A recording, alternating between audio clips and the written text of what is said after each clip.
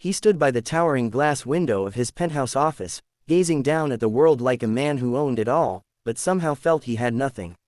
Adam Walker, the billionaire CEO of Walker Industries, was a name that echoed in boardrooms and newspapers across the country. The world called him powerful, intelligent, untouchable. But they didn't see the emptiness in his eyes, the silence that filled his massive home at night, or the ache that gnawed at his soul every time another holiday passed without a single soul to share it with. It had been 10 years since Adam lost his family in a car crash. His wife, Sarah, and their unborn child, gone in the blink of an eye. Since then, he had buried himself in work, building empires and hiding his grief behind headlines and success stories. People saw his tailored suits, but they never saw the scars beneath. Until one quiet afternoon, everything began to change. That day, Adam had driven himself, not his driver, to a small children's shelter his company sponsored. It was a yearly tradition, a corporate check, a few handshakes, some photos for PR. But something about that day made him want to see the place himself. Maybe it was the date, it was Sarah's birthday. He walked through the modest building, smiling politely as the staff showed him around. Children played with donated toys, others painted colorful pictures. Their laughter echoed off the walls, filling the air with a warmth Adam hadn't felt in years. And then, he saw her. A little girl with messy curls and wide brown eyes sitting alone at a small table in the corner, drawing on a torn piece of cardboard. Unlike the other kids, she wasn't running or laughing. She was quiet, focused. Her tiny fingers gripped a dull crayon, her lips slightly parted in concentration. Her drawing, a cake, lopsided, 5 candles on top, and 2 stick figures, one big, one small, holding hands. Adam walked closer, curious. "What are you drawing?" he asked gently. The girl looked up, startled for a second, then offered a small smile. "It's my birthday next week," she said. "This is my cake, and me, and," she hesitated, "I don't have a real family, so I'm pretending someone comes." Adam's chest tightened. "How old will you be?" he asked. 5, she said proudly. Then, after a pause, she tilted her head and looked up at him with surprising seriousness. "You don't have a family too?" The question hit him like a bullet. He blinked, caught off guard.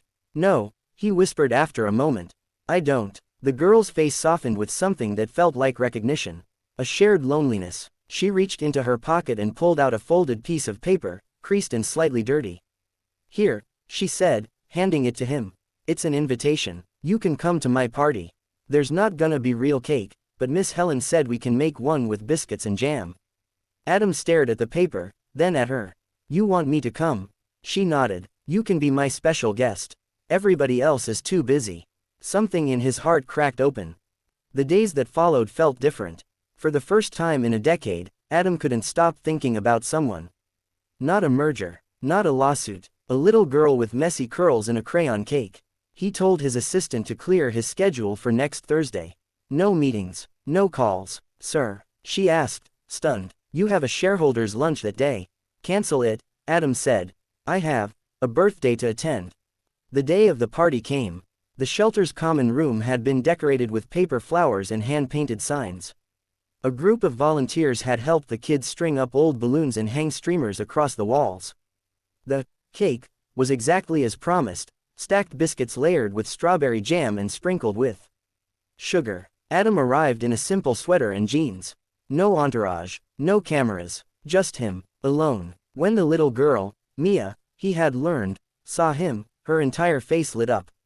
"You came," she squealed, running up to him and hugging his leg. For the first time in years, Adam smiled, not for a photo, not for business. A real, full-hearted smile. He knelt to her level. "Of course I came, I promised, didn't I?" That day was more than a party. They sang, they danced, they played silly games that made Adam laugh so hard he cried. He helped serve the cake, told stories, even wore a paper crown Mia made for him.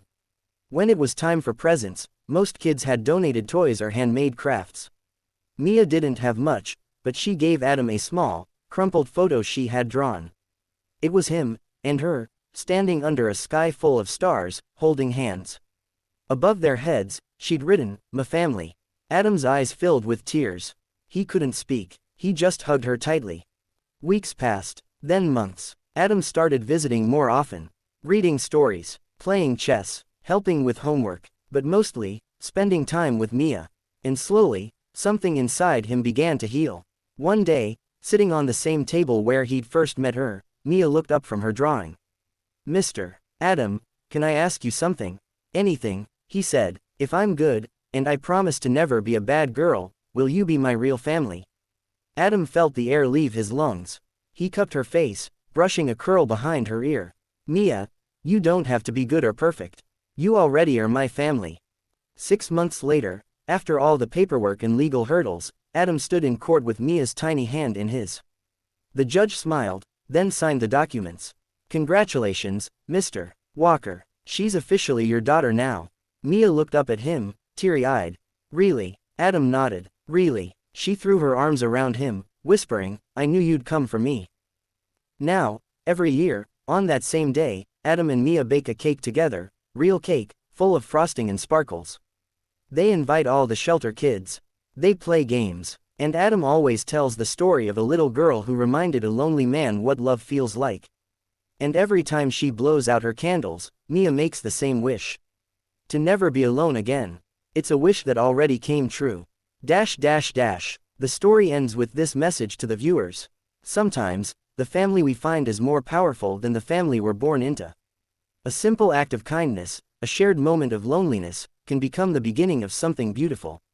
If this story touched your heart, give it a like and share it with someone who believes in second chances. And don't forget to subscribe to Auto Vibes Stories for more heartfelt tales like this one. Because love has a way of finding us, even when we least expect it.